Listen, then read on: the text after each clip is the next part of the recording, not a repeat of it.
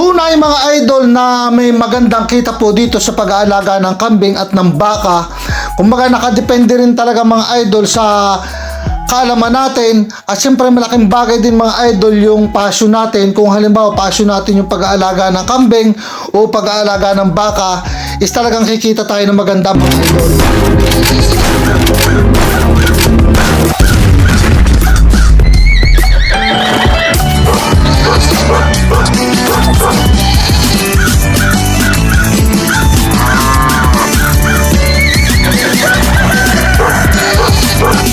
Yo! What's up mga idol? Magandang araw po sa inyong lahat. Sana nasa mabuti po kayong kalagayan sa mga oras na ito.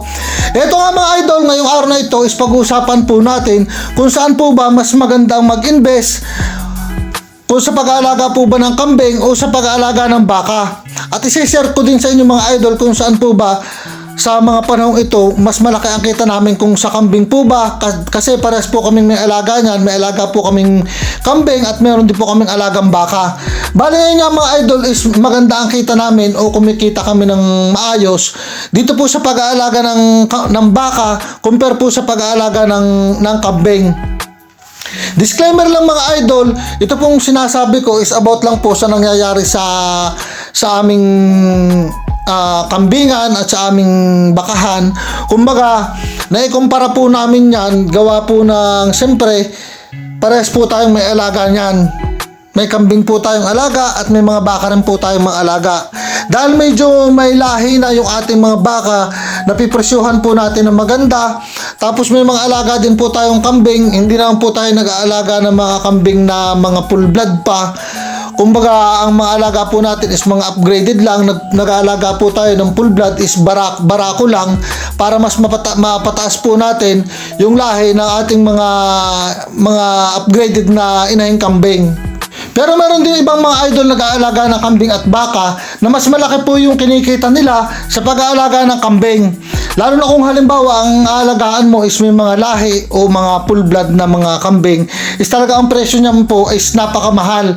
Kumbaga, kapag nakapag-breed ganyan, is talagang talo mo pa yung nag-aalaga ng baka kahit po ang kambing ay maliit lamang. Kumbaga mga idol, nakadepende rin po talaga sa lahi ng kambing na aalagaan mo. Yan, isa po ito sa nagiging problema o yung iba talaga sa ating mga kapwa maghahayop na hanggang ngayon hindi pa rin nila matanggap yung presyo ng mga kambing na talagang mamahalin.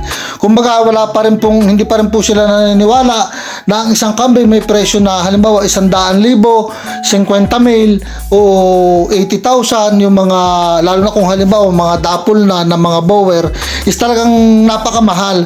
Kumbaga mga idol, kumikita rin naman po kami sa pag-aalaga ng kambing, nakakabenta rin po kami.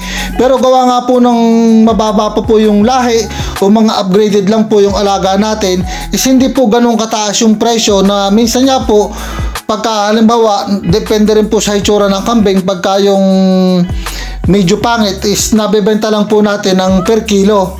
Unlike po sa mga alaga naming baka na talagang kahit bisiro pa lang makita ng mga kapwa magbabaka o ng mga ibang nakakakita na kahit maliit pa lang po is talagang sila na po yung nagpe-presyo na bibilhin ko na kaagad dyan, paglaki nito ganan. Kaya kumbaga ang ating mga dumalaga turete, ang bilis po na nating nabebenta.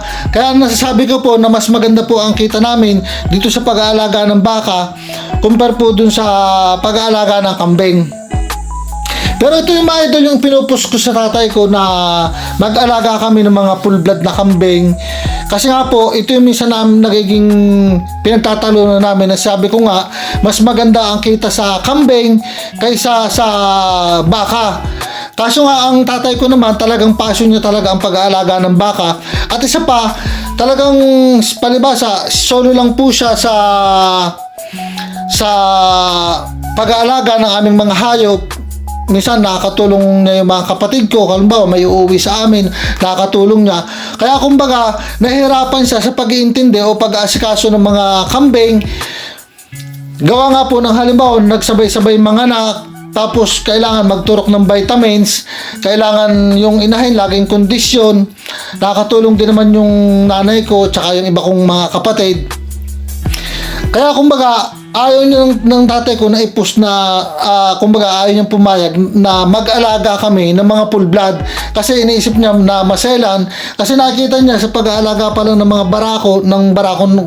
barako namin kambing na full blood na binibili ko na talagang kailangan buwan-buwan may turok, kailangan may page. Unlike sa baka na talagang hindi kami gumagamit ng kahit na anong mga vitamins, pamurga.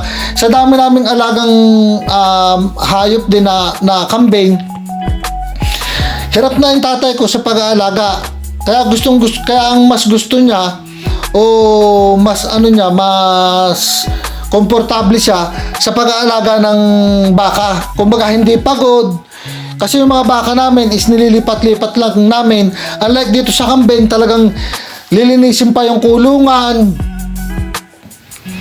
Tapos kailangan lagi talaga buwan-buwan pag hindi ka nagturok ng vitamins o ng mga hindi nagpurga, lalo na kung halimbawa may lahi mga full blood katulad ng mga barako natin na ginagamit, is talagang nagkakaproblema ang kambing. Siguro nakaranas na dyan yung iba na nag-aalaga rin ng full blood na mga kambing o may mga lahing kambing na talagang pag hindi mo binigyan ng vitamins o hindi mo pinurga is talagang nalulumpo o kaya kahit mataba yung kambing bigla na lang nangihina, bigla na lang namamatay kasi maraming sakit ang kambing katulad ng bloated, yung minsan nagkakasipon, unlike sa baka na hindi talaga tamain o hindi talaga sakitin. Kumbaga ang baka nagkakaproblema lang yan kung halimbawa mapuluputan o kaya hindi mo napapakain ng maayos. Dito naman po sa amin, ang kagandahan, pinaghandaan po namin yung pakain ng aming mga alaga. Meron po kaming magandang pakain para sa aming mga kambing at baka. Kaya kumbaga, napapagsabay po ng tatay ko, ng nanay ko na mag-alaga ng kambing at saka ng baka. Pero mas gusto ng tatay ko talaga na baka yung alagaan kaysa sa kambing. At ang kagandahan lang din sa mga kambing namin, kung halimbawa may uuwi sa amin o kaya may okasyon, hindi na po kami bumibili ng mga panghanda o mga kataying kambing dahil doon na po sa mga alaga namin. Kung halimbawa may dumating na bisita o may birthday, andyan po na yung sa alaga na lang po namin ng mga kambing, kami kumukuha. Kaya kumbaga yung kita po natin sa pag-aalaga ng kambing is hindi po ganun kalaki. Dahil nga po ang ating mga inaalagaan is hindi pa po talaga malalahi.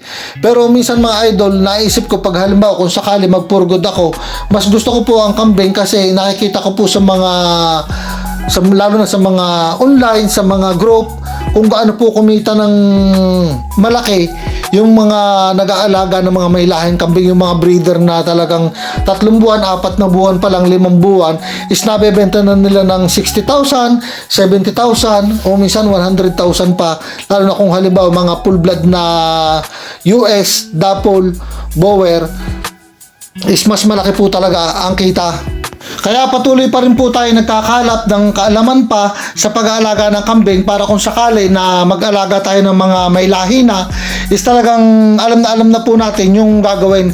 Pero sa pagbabaka po, sa pag-aalaga po namin ng baka is talagang nakuha na po namin talaga yung technique o yung talagang pagbibreed. Kasi nga po, breeding yung ginagawa natin.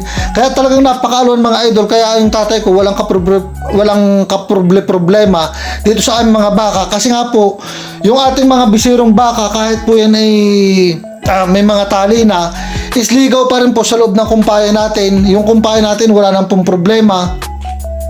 Tapos, kumbaga, itinatali lang po yun namin yung aming mga baka kapag halimbawa ikukondisyon na po na ibebenta na. Kumbaga, bago po natin ibenta, siyempre para hindi naman po malugi o hindi po masayang yung puhunan ng bibili natin, lalo't kung halimbawa kalimitan po kasing nabili sa amin is mga kakilala din namin, is pag binili po nila, marunong na pong kumain at hindi na po maghahanap ng inahin na mga kasamahan yung mabibili nila sa ating torete o dumalagang baka. Kaya kumbaga mga idol, napaka-iksi lang po nung pag-aalaga namin doon sa mga anak na paanak po naming mga bisiro, kasi nga po hanggang sa kahit po mabusalan namin yan o matusukan is nakaligaw lang po kasama ng mga inahin natin dyan sa loob po ng ating kumpayan.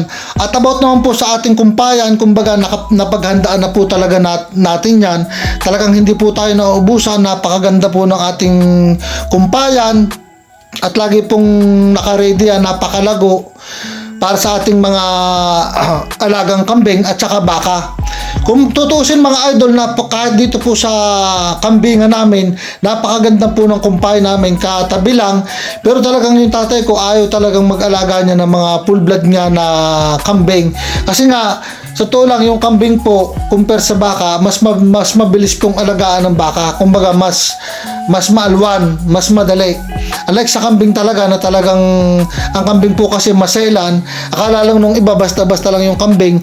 Lalo kung halimbawa po may lahi, kailangan mo talaga natutukan. At, syempre, yung vitamins at saka pampurga, kailangan po ng mga kambing yan. Kaya mga idol, kung halimbawa nagpaplano kayo o balak nyo mag-alaga ng kambing at baka, napakahalaga bukod po sa pakain, bukod po sa puhunan o alagaan natin kambing at baka, kailangan mga idol, meron po tayong sapat na kaalaman, paplanuhin talaga po natin. At syempre, yung napakahalaga din nito mga idol, dapat passion din po natin. Passion natin kung halimbawa yung kambing at passion din po natin yung baka kung mag-aalaga po tayo. At syempre mga idol, sabi ko nga, dapat yung focus din po natin kung halimbawa kambing, kung halimbawa ang alagaan po natin is meat type o dairy type. At syempre kung halimbawa baka, kung ano pong sistema o sektor ng gusto nating gawing pag-aalaga, kung fattening po ba o breeding. At mga idol, dito po sa pag-aalaga ng kambing at baka, napakadami pong paraan. Kung halimbawa talagang passion nyo po ang pag-aalaga ng kambing at saka ng baka o mahilig po talaga kayo, napakadaming paraan mga idol para kumita po dito. Kung halimbawa ikaw ay may pera naman at may puhunan, pwede ka pong mag-buy and sell nito. Pwede pumunta ka sa mga stockyard, mamili ka ng kambing o baka, tapos ibenta mo naman sa lugar mo. Bumili ka ng malalahi, tapos ibenta mo dun sa mga naghahanap ng malalahing baka. Yan naman mga idol ay wala kang talo, is kumbaga, kung halimbawa hindi mo mabenta sa mag-aalaga din, is pwede mo namang idirekta dun sa katay na kumbaga dyan, sa pamimili naman kasi o sa buy and sell, kailangan magaling ka talagang sumipat o kailangan marunong kang tumantya ng kilo kung ang plano mo is sa katayan mo dadalhin. Kasi kalimitan na bilihan ng baka at saka ng kambing is tantyahan lang. Kumbaga lalo na dito sa amin pagdating sa baka is talagang tantyahan. Pag magaling kang tumantya is kikita ka ng maganda. At yan yung lagi naming narinig ng tatay ko sa mamimili na amin ng baka dito sa amin, is lagi ng lugi. Kumbaga ganun sinasabi, pero yung totoo, malaki po ang kinikita ng mga yan. Kahit po sila ay hindi nag-aalaga o aktual na naghihirap sa pangungumpay o pagpapakain, is kumikita po sila sa pamagitan po ng pagbebenta o buy and sell mga idol. Itong mga baka mga idol at saka kambing is nag-iiba po ang presyo, depende po sa lahi. Kaya magtataka kayo minsan, yung kambing napakaliit, mas malaki yung baka, pero mas mahal pa po yung kambing kaysa dun sa baka. Kasi depende yan mga idol nga po sa lahi o dun sa genetics ng kambing. At ganoon din po ang baka. Kapag halimbawa ang baka is malahi, malaki ang tainga, mabibilog ang katawan, is talagang mahal din po yung presyo. Kaya ang advice ko sa inyo mga idol, kung halimbawa nagpaplano po kayong mag-alaga at meron din po kayong puhunan, o kung halimbawa maglalabas din po kayo ng pera, ang alagaan nyo na po is yung medyo, kung halimbawa kambing, medyo upgraded na po, o mga talagang may lahi na. At kung halimbawa naman po mga baka, is huwag na rin po kayo mag-alaga ng native para mas malaki po yung kitain nyo.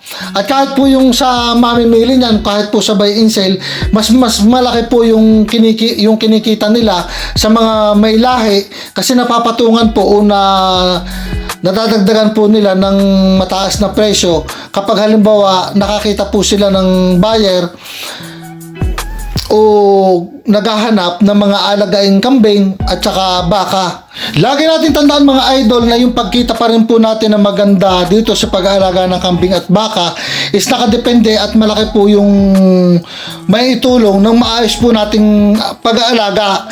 Gawa po ng paghalimbawa ang ating pong mga alaga is malulusog, matataba, is mas kikita po tayo ng maganda, mabebenta po natin ng mataas na presyo at mababawi po kaagad natin ng mabilis yung inilabas nating puhunan.